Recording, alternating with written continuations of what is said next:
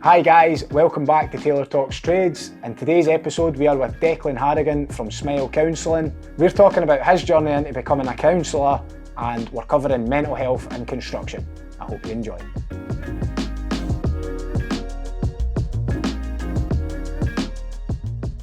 Alright Declan, welcome to Taylor Talks Trades. Thanks Jamie, thanks for having me. So I usually get trades people on or construction people on, but the purpose of bringing you on the day was to get a wee bit of awareness around mental health. And obviously I love local businesses as well, and you're a local business to me here in West Lothian. So for the viewers, I think where we'll maybe start is, like, you're obviously a therapist, S.M.I.L E Counselling, and what I think we'll do is I think we'll go back and see what got you into that trade, because that's obviously your trade. So I think we'll start there and get a wee bit of your story, and then we'll see where we go. Aye. It's interesting you call it a trade, because I suppose it is whenever you use different tools. But I suppose what got me into my trade, I've been asked this question a few times, and most therapists they'll have a reason why they became therapists. There's been something that brought them there. And I could never put my finger on it for years. I just thought I just want to help people. And then I had been in therapy myself for just part of my training and all that stuff, and I basically dissected that a lot of it was to do with my mum's experience with her mental health whenever I was younger. So around the age of 9 or 10, my mum developed really crippling agoraphobia, which meant that she struggled to go outside of the house at all. Open spaces, all that kind of stuff for many years. So I grew up, I suppose, watching mental health and seeing this at the time a very unknown and very stigmatized and taboo subject, and people didn't really get it or understand it. But there was one person that I remember that supported my mum, and I remember the guy to this day, because I thought, like, he almost changed her and gave her at least a life again to be able to go outside. His name was Brendan. So he was our kind of, what I now know was probably a CBT therapist. And CBT was very, very new then, so you're talking like too many years ago than I want to say. But a fair few, Jamie, a fair few years ago. So if you're talking like 31 years ago, CBT was, fairly new. But this guy was doing, like, your journaling and planning and goal setting and all this stuff. And a lot of that stuff really worked for her over the years, and eventually she was able to come out of the house and have a life again. And suppose it's one of those things, I kind of felt like I got her back, and it was that, and that's amazing. Now sadly I lost my mum last year, but I would say she's been the driving force for any work I've done in mental health. So you've seen it, real evidence right there in front of you. That was it. That must have been quite alien concepts back then for, like, somebody being like journaling and things, because I'm even thinking about it now. It's more when you maybe say to somebody, journal in the morning, write down 3 things you're grateful for every day. Especially in construction for us, people go, what? That's a bit straight, But what made her take it on, do you think? I think she was willing and able to do anything that she could have to kind of change and feel better. She had a strong faith as well. She was quite a strong faith in God and stuff. And that led into a lot of the support that helped her, because the first place she was able to go to was Mass. And that was her kind of solace. She would go there in the morning, and then that was the thing that got her out, and that initially kind of built up from that. And eventually we were able to go on holidays and stuff together, and it was just. But I think she was willing, to try something new, and this guy came along, and he eventually. I do it now with clients, so I do what he'd done with my mum. So what I would call is the lamppost challenge for people with social anxiety. Right. So, for example, if it was you, right, and you says, look, I can't even go out the door. Well, what we'll do is we'll walk to the door handle, and then we'll come back. And then the next time we'll walk out to the nearest lamppost, and then we'll come back, and then the next lamppost, and you do that, periodically to almost desensitize the client or the person from that fear of anxiety of what might happen outside. It's not excusing that, right? Well, it's not saying nothing will happen, because we can't guarantee that. But what we can do is kind of get you to a point of, well, every time I go out, it feels all right. It starts to feel okay, and you're with someone that's safe. It's like small goal setting. That's that. I would say to clients, think about SAM, small, achievable, measurable. Always think, what small, tiny thing can I do now that I'll be able to achieve, that I can measure against the next time. So, well, I reached the first lamppost last week. this week I'm going to reach the second That's one. good So it's advice, things like mate. that. I like that because, like, I've got a bit of anxiety, and it's probably like it's just the thought. I know that it's the thought process. Aye. Like, just even like when you were talking about that there, I was just thinking about like going down to Tesco yesterday for some milk, and that thought was a bit. It's going to be busy down there. I wonder who will see. I'm in a rush because I had a meeting and I realised I didn't have milk for the meeting, and I was like, so I was running late, and I was like, what if I bump into somebody and they really want to talk to me, but I can't talk to them right now? And like a lot of thoughts went through my mind for just going to Tesco for some milk. So I can imagine if somebody was in a like I'm just high paced there, and it's just I've not had a second to check in with myself that day. But like for somebody who's maybe has been a bit frightened and they've got themselves that they're actually a bit scared to go out the door, then it is that wee step. Like it makes a lot of sense, and it's actionable as well. So it's like it's something that you could see them one week, they could do the lamppost challenge, and then by next week you could say you're up for it again or whatever. It's kind of you can follow on for it as well. Not great. So, but back to your story anyway. Like that's how we kind of so came in. that's kind of where it started, I suppose. I know I turn into Billy Connolly when I'm talking to people. I digress. Mate. It's brilliant. I think the thing is like this podcast has always been about like I'll not sit here with notes and quit. I think it's good to go into wee different pockets of things, and like that we got some great sort of wee tips there that people listening will probably be able to take on board and think about, maybe if it's not for themselves, but even for someone else who's maybe like needing a bit of support or help. Because it's easy for somebody to be like, they're just not left the house for weeks or whatever, or do you know, when it's no you and it's somebody else, you sometimes can't quite understand. So no, I think that's good. I think if we can pepper them wee bits in as we go, that'll be good, mate. So where did you kind of so I got up to kind of, I suppose that what I realised after going to therapy as part of my training was that ultimately was my driving force into becoming working in care initially, and then working and training to be a therapist, because I wanted to give back. And it tends to be, if you speak to most therapists, that's why they do the job. They've experienced something in their life, or someone in their life has experienced something where they want to give back. And that, I suppose this is my giving back in a way. So probably I would say S.M.I.L.E is probably less of my legacy and probably just as much my mum's that has driven that. And that's good. Nice for me, you know, to feel that. So, so I suppose that's where I started to get my tools. I mean, when I was at school, I left school without any qualifications. You know, it was that. And I go into schools now and talk to people, and they're like, well, how can you be the chief executive of a charity and this and this size? And I'm smiling because this is what all the trades guys see. Do you know? And I'm just seeing the links because they're usually like left school, no qualifications, and I just fell into a trade. And you fall in or you're pushed in. Do you know? Yeah. You know, sometimes you get schools saying, well, if you know the academic stuff, go and do the trades. But trade's academic. You need your brain switched on, and absolutely. I think it's not given enough credit for what it is. How did you? So this is quite interesting for me then. So you left school, you didn't have sort of any qualifications, and then. But you knew you wanted to do this at that point. You knew you wanted to give back. So you must have obviously at some point then became good at learning, because you've learned how to be a therapist, you've took all that stuff on board, you must have studied loads of hours. So how does somebody go from they weren't good at school, they couldn't learn, to that? Like what's the environment change then that made you want to learn?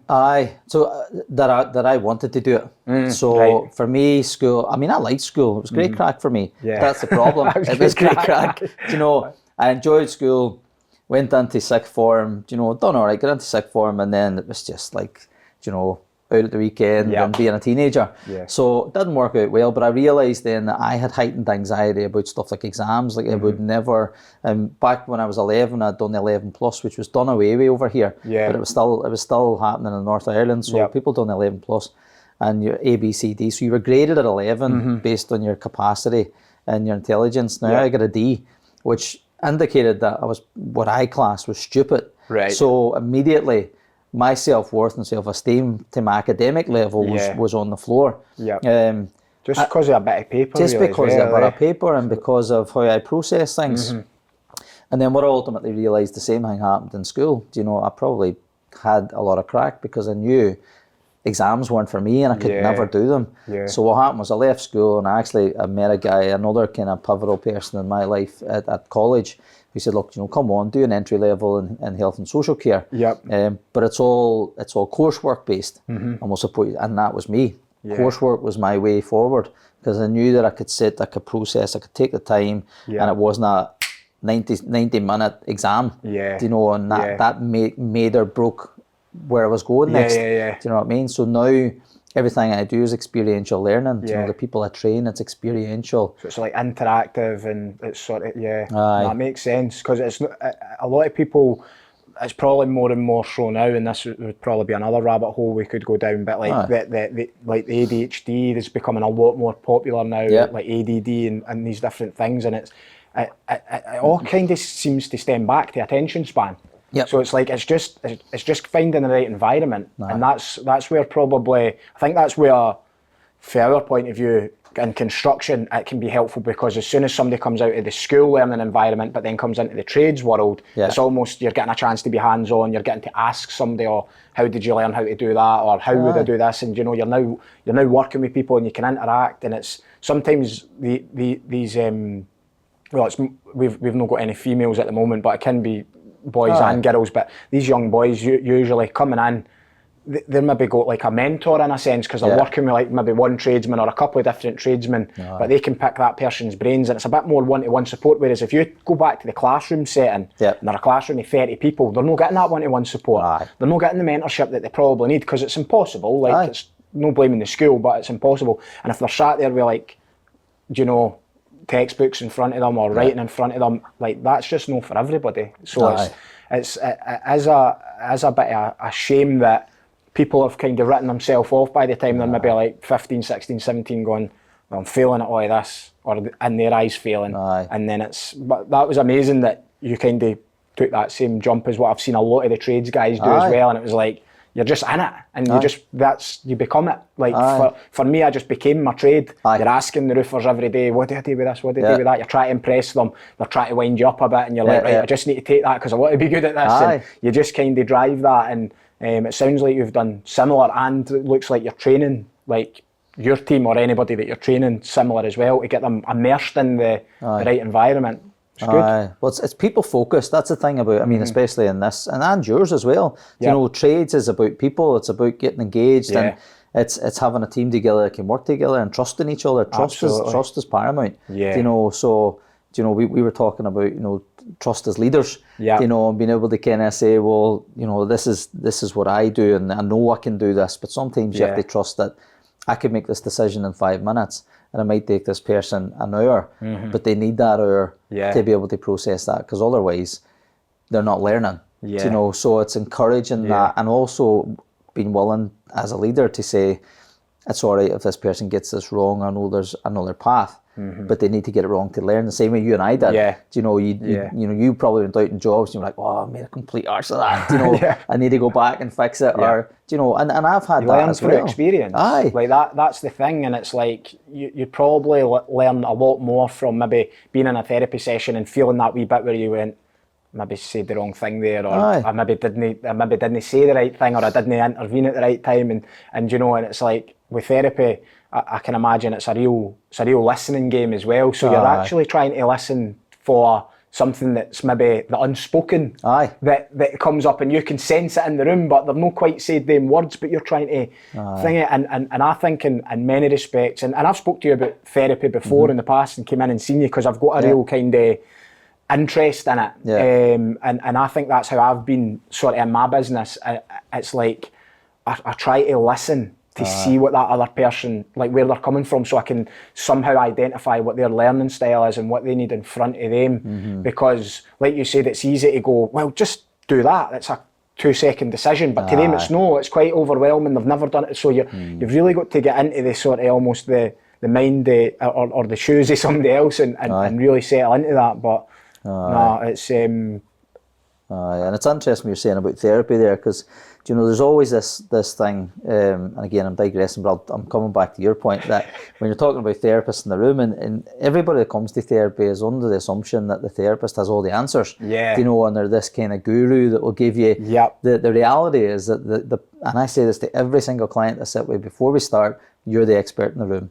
I only know what you tell me, so you're the expert in you, so let's start with you, and then we move forward, and that's the only way you can do it. So the therapists will get it wrong. Therapists might not know sometimes, but a good therapist will say, listen, Jamie, I'm not actually quite sure. I'll come back to you on Yeah. that. Why don't we look at that for next week? I appreciate that more, I would say, and I probably with my staff, I've had that conversation with them. Like, if a client's asking us an answer to something and we don't know, I'm like, never make it up. Go and say, look, I'm not 100% sure. I'll go and research it and I'll come back. And that's better to somebody than just saying something, because in therapy, and probably, I'm just really mixing therapy in with everything here, probably a wee bit to remove the stigma, because I think going to therapy, it just shouldn't be as stigmatised as what it is. It's going and speaking and getting things out there and probably finding someone to help you resolve a problem, in my opinion. Do you know, we could, like, this is therapy right now. Do you know? It's a conversation is therapy. Like, there's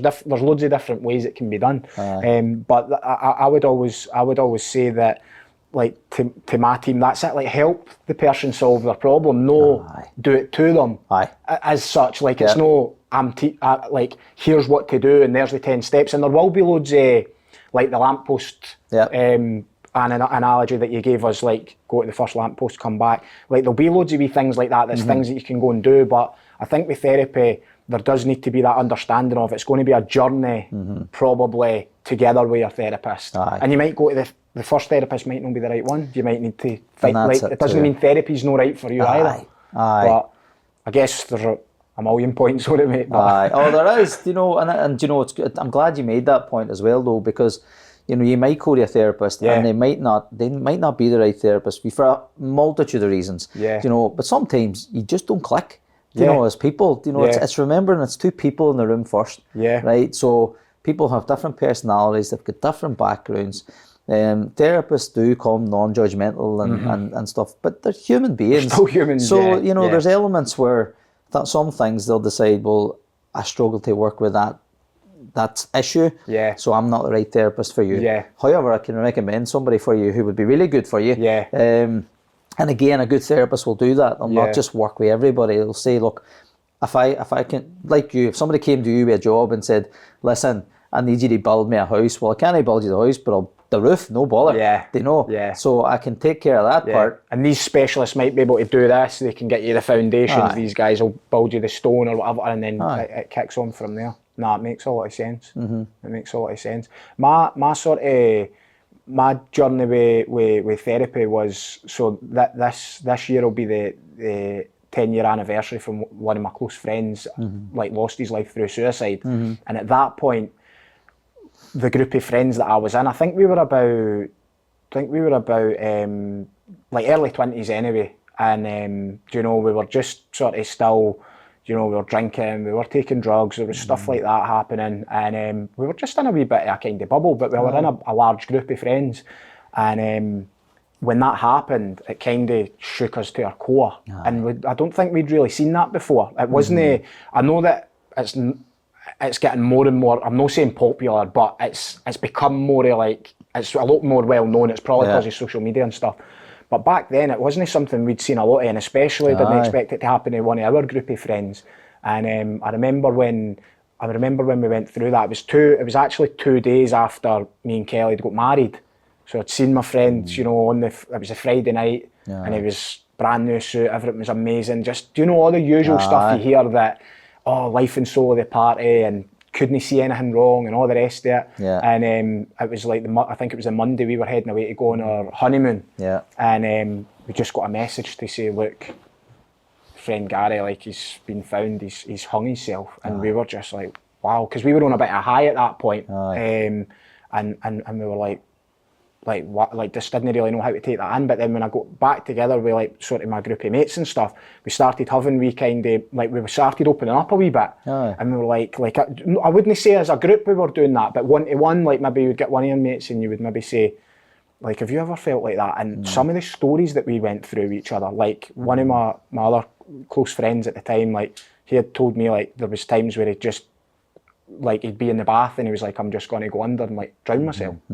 And I was like, I've had stuff kind of similar to that as well. And, like, do you know, and so we were kind of going into a wee bit of, like, suicide kind of suicidal thoughts. But we'd all been having them. All this young group of guys, we were all in our early 20s, we'd all been having them. Nobody told anybody. Nobody knew.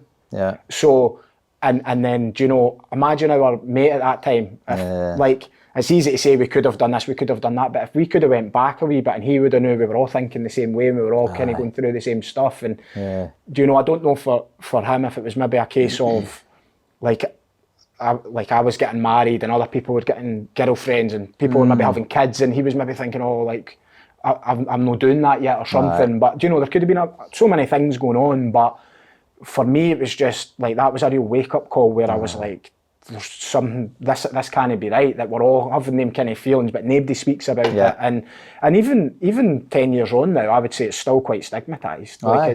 It's still not just, people say, oh, it's okay not to be okay and it's all right to speak up, but it puts the fear of life into you when you do it. And you maybe see me on LinkedIn, I'll be quite open because I'm like, I've went through that experience and I've seen, and whenever I feel a wee bit like that, I just share because I'm like, there'll be somebody else that just clicks with it and goes, I'm glad he said that, because I'm feeling like that because I had those feelings as well. But from the, like, so during that time, I sort of said to myself, I went, no, this can't be right. And there've probably been other things earlier in my life as well where I was like, just kind of thinking, this can't really be it. There must be a wee bit more, and that's when I decided I was going to go down the route of therapy. And I remember the first time I went, it was quite a big kind of experience. You know, it was like, and I went and I sat with this guy, and I did end up working with him for a while, but not at that time. At that time, I sat down and I just kind of went through the motions a wee bit, and I just went, I can't really do this. And I think it was like 2 years later I went back, and then I did work with him kind of for a good while after that. But I guess what my point is that we just need to try and remove the stigma around this and actually make it a wee bit normal if possible to highlight these subjects. And it's not really like, you're not going to probably go up to your mates on the building site or whatever, or I'm using construction because that's where my background is, but like going up and saying, have you ever thought about killing yourself? But there's ways and means that you can interject. So I just thought I would share my kind of wee bit there in the hope that it maybe makes somebody else look and go, right, there is a bit of a journey there. Because like as I was saying, it was like still sometimes that you've got anxiety just going to Tesco for the milk. But at the same time, I'm sat here recording a podcast and it's going to go, like, do you know, there's no rhyme or reason to some of these things. It's like you could maybe push yourself and go and do that at your comfort zone, but on the other side, there's just, and it's all right to be like that, I think. Well, safety and unpredictability, do you know what you're talking about there? Yeah. You know, this is a safe space, you control it, you dictate the narrative. Yeah. Do you know, when you go to Tesco, car park could be full, you might have to park somewhere further, it might be raining, there's too many variables. Yeah. You know, I might bump into someone, I'm going to be late for my meeting, and then it spirals. You know, and it's important to acknowledge that that's true. Yeah. I know a lot of these things are true. This could happen. Yeah. But how do you balance that? Do you know what I mean? It's also like what's the worst that could happen sometimes? You think, right, you might bump into somebody, but like it's not, what it really could be that bad. And that's okay. It's just, I suppose, like you say, you might bump into somebody, but it's maybe just having it in your head. If I bump into somebody, I'm just going to say, look, I'm really busy, mate. I'm not being rude, but you know, I'll catch you later though, or I'll message you. Yeah. You know, and then you've got that backup. And when you start controlling some of the narrative and the unpredictability, then you kind of feel a wee bit more cushioned. Yeah. You know, well, if I go there and I do bump into somebody, here's what I'll say. Yeah. And if I do have to do, here's what I'll do. Yeah. You know, and you can control that part. Definitely. So that it's that part, you know, and I suppose it's, to go back to you talking about the suicide stuff, because I think it's important that we probably touch more on that, because it is quite a big thing at the minute, you know, in relation to, it's always been a big thing, but 5% of Scotland now have suicidal thoughts, you know, 1 in 20 people. So if you imagine the size of your team, how big's your team? 35, I think. So 1 in 20 statistically are having suicidal thoughts. Yeah. Right. So when you're saying, you know, it was interesting, you said, well, you don't want to go up to a guy in the construction and the site and go, are you thinking about suicide, mate? And the thing is, me saying that's probably part of the problem. Because maybe you should go up, like, you're not going to maybe go up and use direct. But there's ways to do it, you know, because I know what we spoke about before, assist training and stuff, and the assist training that we deliver, we're getting more and more males on it, which before, statistically, it would have been predominantly female, and you would have had 1 or 2 guys on it. But in the last training I done, it was 50-50. Yeah. And it was phenomenal. Not because it was a gender split, because more men are willing to talk about suicide and they want to be able to support people with suicidal thoughts and ideation. Yeah. And that was really pivotal on my last training course, because you had people from, and quite broad roles, you know, various roles. But that training does allow you to look for signs and indicators where you can go, maybe if it's the guy in the site and you start realising wee things and you go, do you know, I'll start the discussion, I'll start the chat, and not being afraid to ask the question, are you thinking about suicide? What the fear is, and this is not just for people on sites, this is for everybody, including some therapists, by the way. Yeah. The fear is, what if they say aye? Then what do I do? Yeah. Do you know? And it's the after part. Yeah. You So know, are people scared of opening up a can of worms almost and then having to actually deal with it? aye. What do you do So they after just rather this? go, aye, I'll just steer Ignorance away is from it. bliss. Aye, do you know? It's like almost saying, like when you go, do you want a cup of tea? And they say aye, and you go, oh, I didn't really like to make you one, but I need to now. Do you know, that's a bit more low level, but it's you sometimes just didn't quite ask because you've got, sometimes you've just got like enough of your own stuff going on. Aye, totally. Which is like, that's probably, and everybody probably feels that, and that's probably why a lot of the time, like I've been fairly open, but I wouldn't say I'm like massively good at it. Like I've been fairly good at opening up when I need to, but there's a multitude of times where I've been like really low, probably even have had the suicidal thoughts come in, and I've just went, I can deal with this. I've dealt with it last time. I'm not going to speak to anybody, because you can just tell everybody around you's got so much on, and that's maybe not the right thing either. But there's maybe just a wee bit of resilience being built because I have been in to therapy before, or I've done certain things before that's helped, and I've found like you called it, tools. Like you find wee things that you can use to sort of, you know, the more you understand yourself, the more you can go, oh, that's a wee trigger. I maybe need to do this, or I need to do that, and you start to slowly but surely find things that make you feel good, and you start to understand, when do I feel at my best, and then you go, right, that's probably what I'm not, like you usually can reflect and go, right, I'm feeling quite rubbish now. Yeah. What's the things I usually do that make me feel good? And you look back maybe the last 2 months and you're like, right, I've not done anything. Maybe stopped going to the gym, not been going out as much, or, you know, seasons is quite a bad thing as well. Like dark in the mornings, dark at night, for especially the trades guys. I keep mentioning trades, but it's Taylor talks trades. But you know, it's like these guys, we're getting up early in the morning, it's pitch black, you're kind of out in all weathers all day, could be anything, storms and whatnot just now at the moment, and then it's dark again when you get back. So it's like, that's all kind of things that it's massive, are actually. going to sort of, like, you'd probably something wrong if you weren't feeling a wee bit down at times, round about that kind of time of year, I would think. I mean, that's a massive, you know, the point that you made there, getting up in the dark, coming home in the dark. Yeah. So one of the what I talk about, everybody's at risk of suicide, right? You, me, everybody. Some of the people who are at higher risk are people like farmers, for that very reason. They get up in the dark, go to bed in the dark. They have means because they have weapons, all this kind of thing. Wow. But, you know, tradesmen have tools. Yeah. You know, they're working on heights. They're doing all these different things. So there's tools within that to say, well, look, if I'm feeling this bad, maybe now is an opportunity just to end it. You know, and it is important that we talk about tradespeople because that's what we're here to talk about. And the mental health, you know, impact that, you know, a lot of tradespeople will be experiencing over, you know, over COVID and the rise in materials and cost of living, all the stuff that comes with it, but also just the day-to-day running of getting up in the morning, coming home at night. Are you able to go to your kids, you know, play in the morning because you're out working and you miss all the family stuff? So that all has an impact as well, you know? Yeah, definitely. No, that makes a lot of sense. There's see with the suicidal thoughts kind of thing, like, what's your advice on that? So like, if I go back years ago when I was in a bit of a dark place, I remember like I was having a bit of it, right? And I would I remember one time I was like, when the thoughts were coming up, I was thinking, there's no way I could do this because, like, the people around me. But then, so what it then did is it led me down another channel where I was like, what if I just went out and, like, was driving and, like, a lorry just whacks into me and then it's no my fault, and, like, people will just be like, oh, that's what happened. And, like, I'll know, like, right, that was the way. But, do you know, like that, and I feel quite comfortable speaking about that now because I'm not there, do you know? But, like, at that time I was like, that was quite a challenge, and why am I thinking like that? And then I'm like, so then I just start driving along, you're like, maybe a lorry will hit, like, do you know? And I'm actually quite big on, like, law of attraction and manifesting things, and, like, if you're thinking about a lorry smashing into you all day, there's a good chance it might happen. But, like, what's your take on that?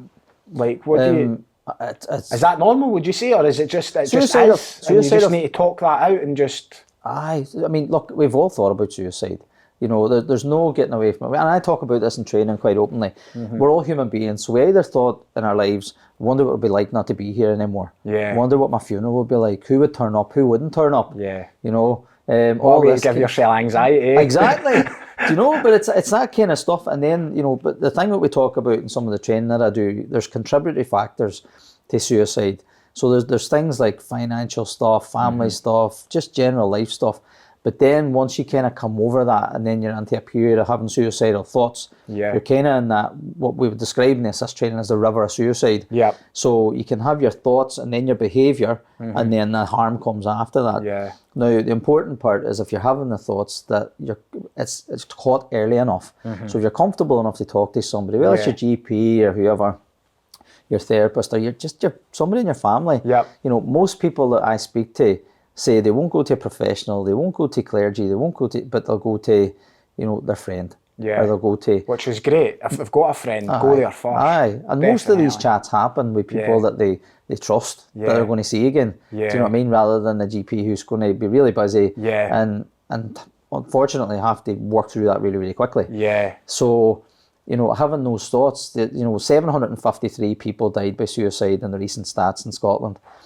However, that's only in the stats that we know. Yeah. So what you can probably indicate that between 40 and 100% are... Was that last year? Was that? So it was 2 years ago. Right. So the stats come out on a 3-year rolling. Yeah. And the reason for that is they don't come out every year because certain things can skew data. Yeah. So COVID would have skewed data. Yeah. World wars can skew data. Yeah. So they come out on a 3-year rolling basis. Right. So West Lothian, I think, was 30 people. Yeah. And again, that's only the stats that we know. Because what we don't take into account is the stuff like car accidents. Yeah. Do we know if that was a car accident? Or do we know if it was purposely? Premeditated in a sense. Or Aye. like, yeah. Do you know, because that is a method of suicide for a lot of people. What a place to be in, though, when you think about that. Aye. Like, just when you think about it. And I think that's probably why you're sitting here, mate, to be honest. You know, because I'm like I sometimes can get a wee bit guilty just forgetting about all of that, because like when I was in that place, it took me a bit of time to get out of it, and then it's like you move on and things get better, but then you think there could be other people that needs to hear that, and I think that's where it comes from. And like you said about that giving back bit, that's probably why people become therapists, because it's like you've seen your mum get better, you want to give back, you know, maybe been on your own journey, got better, you want to give back, and that's where I'm kind of at. I'm just like, it's not all the time I think about it, but sometimes I'm just like, there'll be somebody somewhere that must be having that right now, and they just need to know, go and please speak to like your friend, or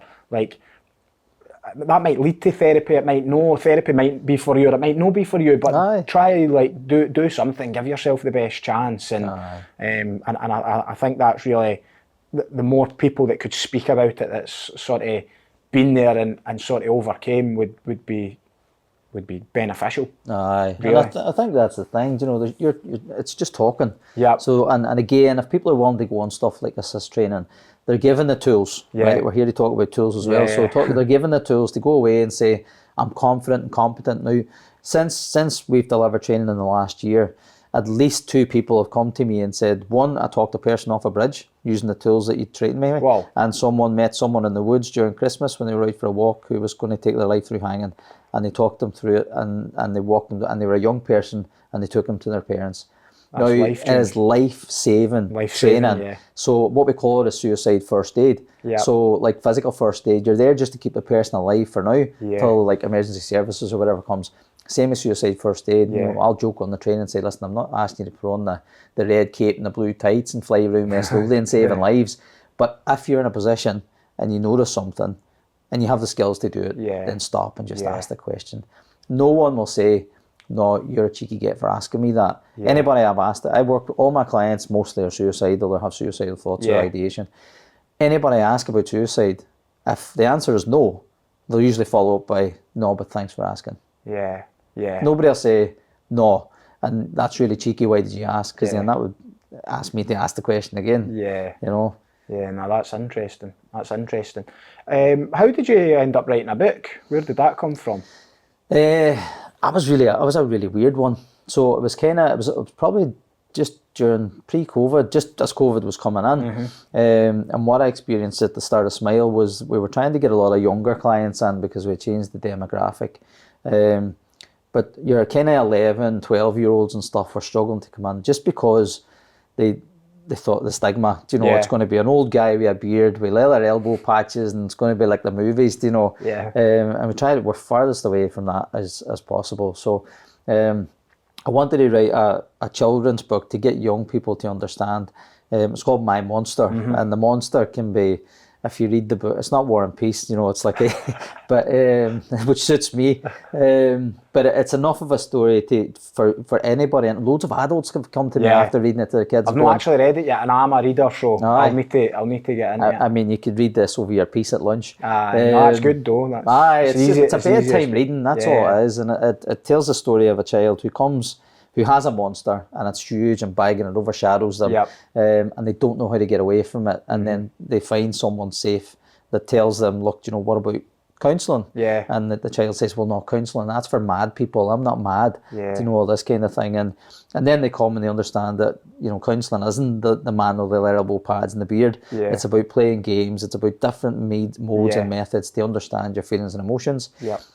I don't say in the book that your monster disappears, because when we have a monster, it exists for a reason. However, we can get a monster small enough to be able to control it. And you'll know, and I'll know. I've had my monsters. I'm sure you've had yours. I probably have a wee bed of them. It's just all sitting there. But at the end, the child then has almost a cuddly toy-sized monster that they're playing with, rather than this big overshadowing monster. And it was trying to get children to understand that therapy isn't scary. We can support you to control your monsters. But first you have to talk about them. And when you talk about them, they get weaker and weaker and weaker. Yeah, that makes sense. Somebody once said to me that it was, with regards to therapy, they said people sometimes make the mistake of going into therapy when something's really wrong, and it's like you could go to therapy when like you're all right, and sort of almost proactively, preempt maybe fixing the future problems or something. It's like we sometimes, like humans are really good at just getting on with it. They're just really good at going to the point of burnout, and then you hit burnout, and then you're trying to go and reach for therapy or counselling or whatever it may be, and it's like you're in a bit of a critical state rather than trying to open up, and again, it's like, no by any means sitting here telling everybody go to therapy. What I'm saying is, like, just speak, like talk to people, and like for any of my guys that listen to the podcast that work for me or whatever, like put an arm around each other and have a wee blather. You can do it in such a way that's similar to, like, I played in football teams and stuff. You can speak to people without saying, "Oh, is your mental health all right?" It's just. And especially like the last few years, which we've had, like COVID and all the rest of it, it's made things so much more difficult. But I hope that we can continue to sort of bring the barriers down a bit. And it's got much better. You'll have seen that in the last sort of however many years that it's progressed. But still, even like when I think back to what you're saying about your mum getting the journal and that off the guy, like that's still so powerful right now. But it's like, I don't think there would be many my trades guys would journal. Like there might be one or two, and I would ask them the question. I'm not saying they definitely wouldn't, but I just think they would be like, "What? Like, what's that? Like, mumbo jumbo kind of something. What's that little nonsense?" And it's just like sometimes just getting the thoughts from there onto the paper makes a difference. It does. And it just can almost let it sometimes flutter away a wee bit. And I think when you get to the real busyness of, like, maybe being a business owner or whatever, but everybody's life is busy actually, to be honest. But I think, like, I would be knackered if I didn't kind of write down some of the things that's like, right, what have I got on tomorrow, and write them down before I go to sleep, because otherwise they're all in your mind. And so journaling doesn't also need to be, "Dear diary, this is how I'm feeling." It's sometimes just what's my to-do list tomorrow? Park it there. I'll get that in the morning. Now I'll just go and concentrate on getting a decent night's sleep, rather than being in bed thinking about all the things you've got to do tomorrow, because you're not going to get a good sleep. And then phones, that's probably another thing, but Aye. It's probably another rabbit hole. That's a big thing, social media. But going forward then, mate, you've got a new venture on the horizon, or well, it's here, I think. Aye. Well, it's BetterU. just BetterU. So it's just recently launched, probably in November there. Yeah. So again, it just comes from my experience in working in therapy, and you know, we S.M.I.L.E, we work with 11 to 24, 26-year-olds. But unfortunately, we can only do so much. You know, but what I hear a lot from parents, for example, and carers who bring clients in is, you know, I wish there was a S.M.I.L.E for us. Yeah. Do you know, I wish there was something that I could go to understand my child and why they're self-harming and why they're, you know, they have suicidal thoughts or anxiety. And then more and more I get, I mean, like we were talking about tools at the start and trade, and, you know, a lot of people will come to you because of either reputation, because they know you. So I get lots of private referrals and I just can't manage them. Yeah. So I just to kind of just like phone people that I trusted and go, have you got space for this person? Have you got space? Rather than the person have to go round the houses. I would always try and, but it's a lot of time. Yeah. So basically what I've done now is I've set this platform up with really qualified therapists who will be accessible within 24 hours. Yeah. So if you go on that platform, you go on the BetterU platform, you'll see a list of therapists, you'll be able to see their experience, their skills, what they're specialists in. And you can see their diary and you can book in to see them immediately. Yeah. And then it gives you instant access to therapy rather than going around the houses, because it can often put people off as well. Yeah. So kind of doing the search, it's like searching for a holiday. It ends up flying your head because you can't find the right one. Yeah. So it's almost like it's another thing to get overwhelmed with as well. You're trying to take that step out of it. The worst thing is contacting a therapist and them saying, well, thanks very much, but I'm fully booked. Yeah. Do you know, it's so off-putting. It's like a rejection a wee bit as well, and it's the last thing they need when they're looking for something. And it's giving control to the client to say, look, you have the choice to pick your therapist, to pick your day, your time. This is your and the unique part for what we're delivering in BetterU is that often when people come to therapy to me and I'll say, well, have you been for therapy before? You know, I have been 5-10 years ago, but can you tell me a wee bit about what worked and what didn't, so that I don't overdo things again. And they'll go, I can't remember, I left feeling good, but I can't remember what worked because it was so long ago. So what we do in BetterU is we create a journey report for the client. So every single session that they do, they have an option to input and fill out, you know, questions for their journey report. So it's some of them basic questions like water intake and physical stuff and drug and alcohol stuff as well. But what we'll do then is we'll be able to pull that together, pull that data and say, well, look, Jamie, see, whenever you were more active, you were less stressed and you were doing this. So that it means they don't have to come back to us. Yeah. They can go away with almost with like a tool bag of saying, well, what I'm doing is I'm not exercising enough. You know, you're talking about I'm not going to gym enough. So when I do that, I'm less stressed. My mood is better. You know, so here's the things that I know works for me. So you're giving them almost like a sort of a toolkit to go, and it might give them a feeling of more, like some people might feel like they're relying on somebody if they're in therapy, you know, or it might just give them a wee bit more of like their kind of strength back as such, and think, right, I'm out my own, I've got my wee toolkit there, and they can always go back if they need to. Self-control, you know, and you can, and then what we're doing then with BetterU is we're going to plan to work with companies and bringing them on to offer that service for their employees. So what they can do is, instead of, because what a lot of employers get overwhelmed as well because they don't know what to do or talk about mental health. So what we're saying is, look, well, let us take that off you. What they do is, if you buy a package with us, what we'll do is we'll do all that stuff. Your staff don't even have to come to you. Basically, you give them access to it. They put the code in, they go to therapy, and hopefully that increases your retention and keeps people coming back to work because they're getting the support out with. And that'll be really helpful for employers as well, just for that person to be supported at home life or whatever's going on for them. It might be the employer and they don't want to come to you and say, listen, I need therapy because you're a bit of a, you know, so to give them that option, and then they can work through it, you know. It does make sense, because if somebody's like struggling with an issue and it's at work, but they didn't really want to resolve it with the people that's involved in it, sometimes speaking about it, they might get a reframe and then be able to go back and actually think, like, deal with the problem in a different way, or see it through a different lens almost. Aye. No, that's really good. So I think that's about us, mate, to be honest. But I would just like to finish on anybody that is sort of thinking they're struggling or whatever. What would you be your kind of advice to them then? I think the advice would be just to talk to whoever. It doesn't have to be therapy. You know, you've made that point. You know, as long as you're able to find somebody that you're comfortable to talk with, honestly. Yeah. It's not saying that person will have the answers, but just find a space and find your way of coping. It might not be therapy. It might be going for a walk and listening to hard rock music. Yeah. Or, you know, find your way. But if you struggle with that, then go to therapy, find a way and be supported to do that. And then, like you said, you know, it's not about the reactive stuff. Yeah. You know, therapy is quite good for coming proactively as well. No, it makes a lot of sense. And my message would be the same. Any of the construction people out there, or anybody in general, reach out to somebody, get in touch, you know, and just talk it through. If you talk to somebody, the problem is halved. Absolutely. And sometimes the actual joy in it is just the speaking it out, and then it might end up, it can go off in so many different tangents that, like, what you thought was a problem isn't the problem, it's something else. But just by having a soundboard and somebody to speak to, rather than just spinning it around your own head, it just dissipates almost. And then actually maybe sometimes you hear the other person's problem, you go, actually,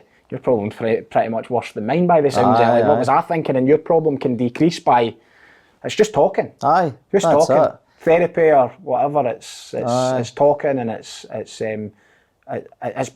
been that to somebody else as well. Like, but also receiving it back, and I think the danger sometimes is people look at the behaviour and they focus on that. You know, if someone's having suicidal thoughts or behaviour, they focus so much on that. You know, what I would say to anybody listening is, don't focus on the behaviour, focus on the person behind the behaviour. Because that's the person who needs it, and that's been a secondary coping strategy for something that's been difficult in their life. So what is that part? Who's the person and what's wrong? You know. Brilliant, mate. Appreciate it. Thanks for coming on. Very welcome. Good to be here. Cheers.